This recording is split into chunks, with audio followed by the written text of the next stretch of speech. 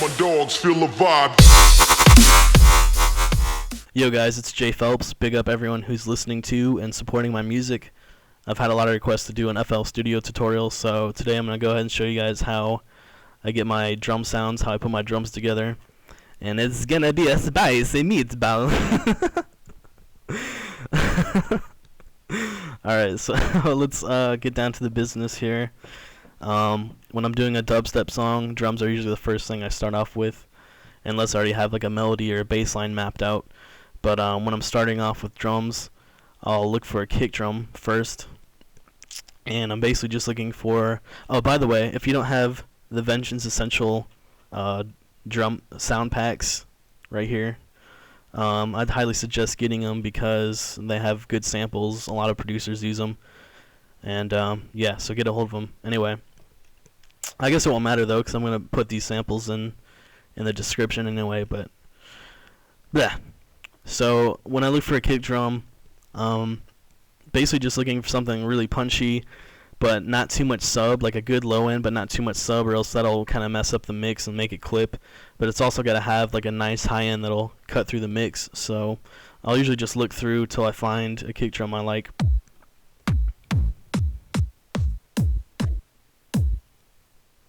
Okay, so I kind of like number 7. Number 7. I'm going to put it in here and turn up the volume and listen back to it.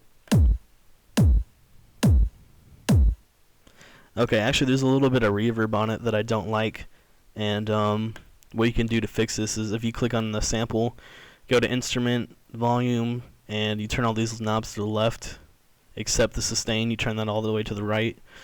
And what this allows you to do is control the length of your sample. So instead of sounding like this, you can kind of like control how much of it you want. Okay, so I like that. Nice punchy kick. And usually the next step in this process is to add EQ and compression. So open up the mixer. The kick is in insert 1, so you go to insert 1. And I really like this EQ because as you listen back to your sample, you can see which frequencies are kind of more harsh and which are not so much, and based off that, that's usually how I do my EQing.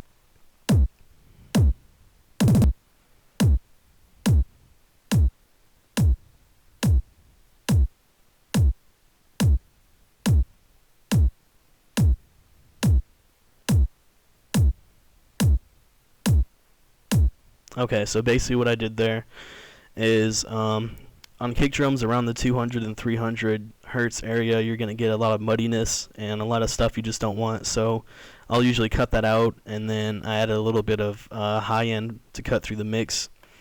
Next is a compressor. There's a little preset I like to use that really helps out kick drums a lot, which is Fast Master. I usually use that in a lot of my kick drums. Okay, so I'm going to take these effects off real quick so you can hear it before and after. So here's without the effects. And then here's with them on. So it's sounding a lot punchier. Actually, it might be a little too much high end, so I'm going to take that down a notch. Okay, so that's our kick drum. Now I'm going to go ahead and look, get a snare going, sniggity snare. And with the snare drum, I usually layer like a low pitch snare, and then on top I'll put like a high pitch clap or snare with like a lot of high end on it, and it usually turns out really nice, very nice. So I'm basically gonna go through here, look for a snare that has a lot of low end around that 200 hertz area.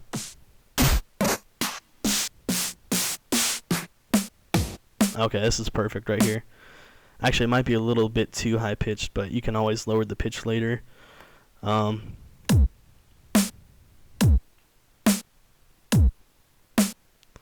Okay, so I'm going to go ahead and lower the pitch a little bit, see how it sounds. Okay, that sounds better. So that'll be my low pitch snare. I'm going to rename it actually. Low pitch. And put kick. Okay, so now I'm going to put like a nice little clap on it. It has a lot of high end. Actually, I like that first one. Okay, so put that there.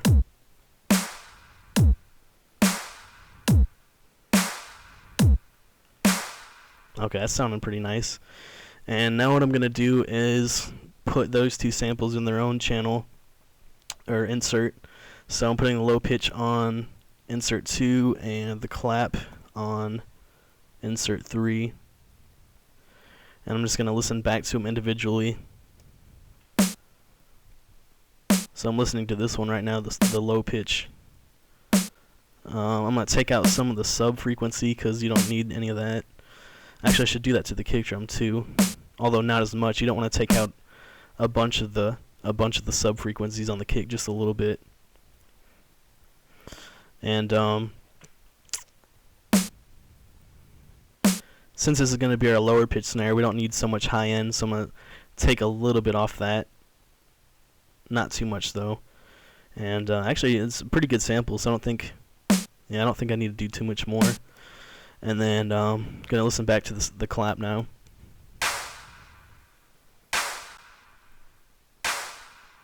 And for this one, you're not gonna need much low end, so I'm gonna take a lot of that away and boost the high end a little bit.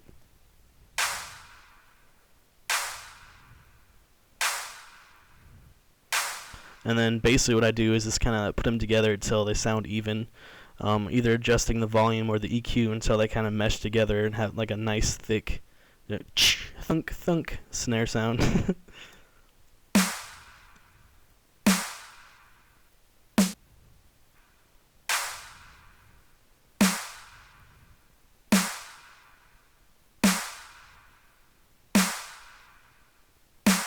Okay, so that sounds pretty good. So now we got our kick and snare sounding alright. And for cymbals, I actually use this plugin that none of you guys probably have, but I'll show it to you anyway because it's what I use. Addictive Drums. This is a very awesome plugin. I use it for my tom rolls, fills, cymbals, pretty much anything that you want to use, really. And there's a nice preset I use. Kind of sounds like a metal kit. I don't use the drums, like the kick and snare, but the toms sound amazing. And the cymbals too. So what I usually do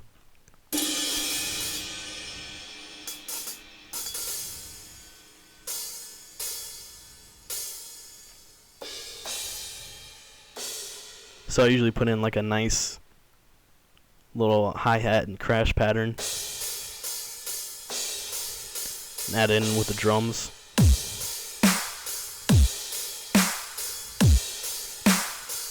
And that's usually how I do my my cymbals, and then for the tom rolls and stuff.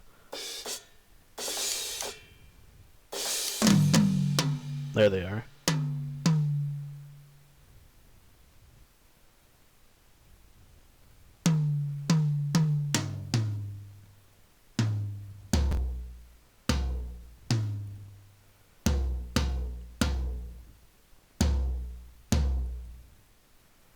So that's just an example. I'm just messing around.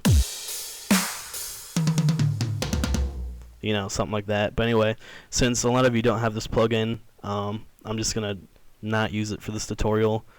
But like I said, definitely a good one to get into if you're serious about your production. You can do tom rolls, you can do cymbal work. You know, you can even use the kick and snare if you want to. So, very cool plugin. Anyway, so if you're just going to do regular cymbals that you would get like in a sound pack, what I do a lot of songs to give it kind of a little swing or like movement to it is you'll want to put a ride on like the 2 and 4 of the beat. So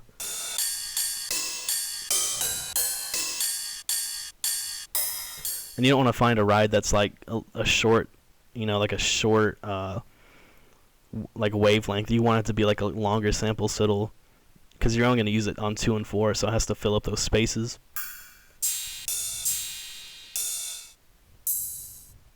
Okay, so I kind of like that. So like I said, 2 and 4, a lot of you producers that have been doing this for a while will already know this, but for anyone that's new to dubstep, you usually want to have like some kind of ride or high-pitched hi-hat thing on 2 and 4. It kind of gives the beat a lot of movement to it.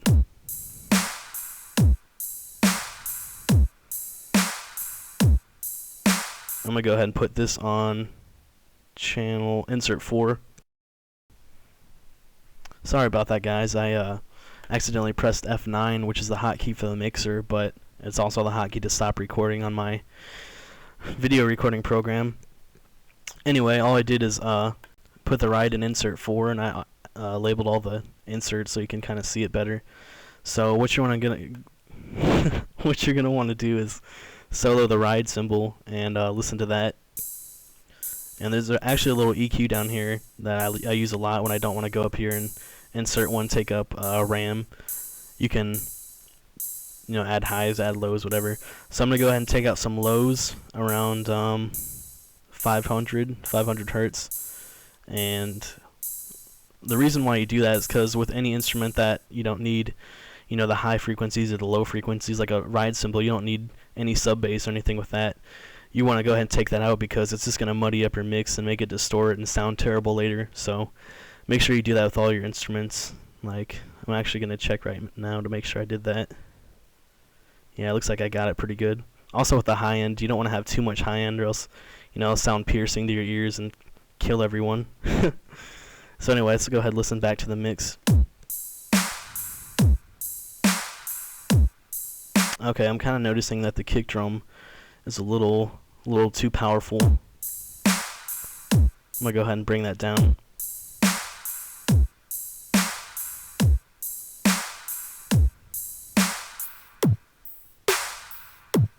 A little trick I use sometimes when my ears are getting burnt out, or, you know, listening to a mix hours after hours, is you can put this pitch up all the way and listen back to it, and it'll kind of give you a different perspective on the mix and on the levels of the instruments.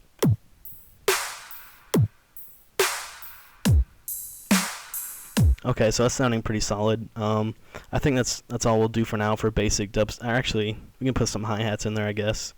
But I'm just trying to do like a basic drum pattern, not get too complex. With my stuff, I'll usually go a lot more in depth, but we don't have all the time right now to do that, so this will have to do for now. Basically, with my hi-hats, I just kind of randomly put them in there, see what sounds good.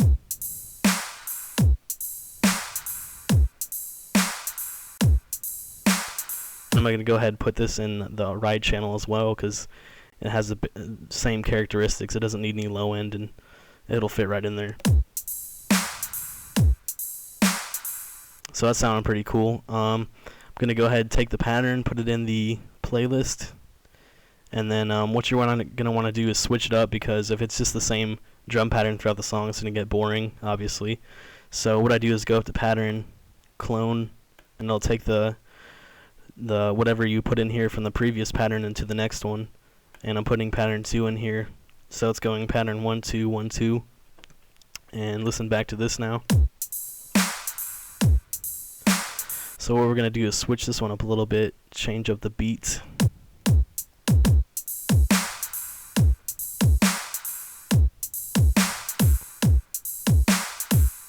Okay, so let's listen back now.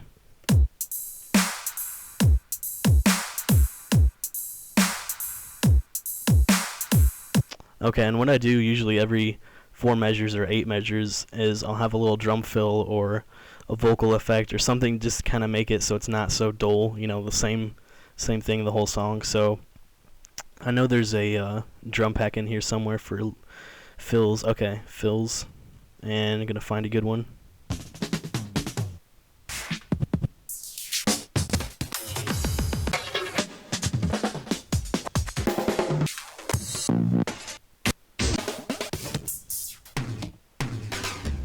Okay, that'll work. So I'm going to go ahead and put that in there, and I'm going to take the slicer tool and cut up my pattern, the second half of it, so this can fit in there, and then listen back to it, make sure the levels are good. Okay, a little loud.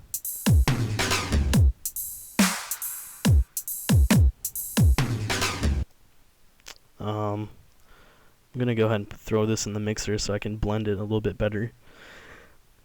Put in insert 5, put some reverb on it, and when I do this I usually just loop it so I don't have to listen to that whole thing.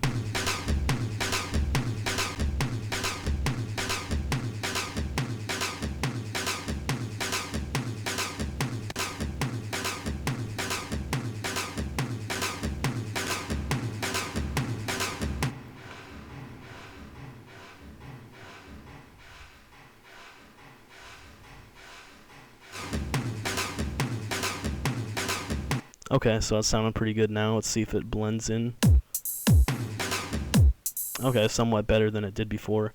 So, yeah, it's sounding pretty good so far. And then basically do the same thing, copy and paste. And then we just put like a different fill there or whatever. But, this is all I'm going to do for today. Next week I'm going to do sub bass or mid-range, or actually just comment on this video and tell me what you guys want to see next, because this is just basic drums, and then whatever you want me to add, I'll add on to it next week, and also go over mastering and bass patches and all that good stuff. But for now, this should give you a pretty good look at how I do my drums, and I hope you guys enjoyed it.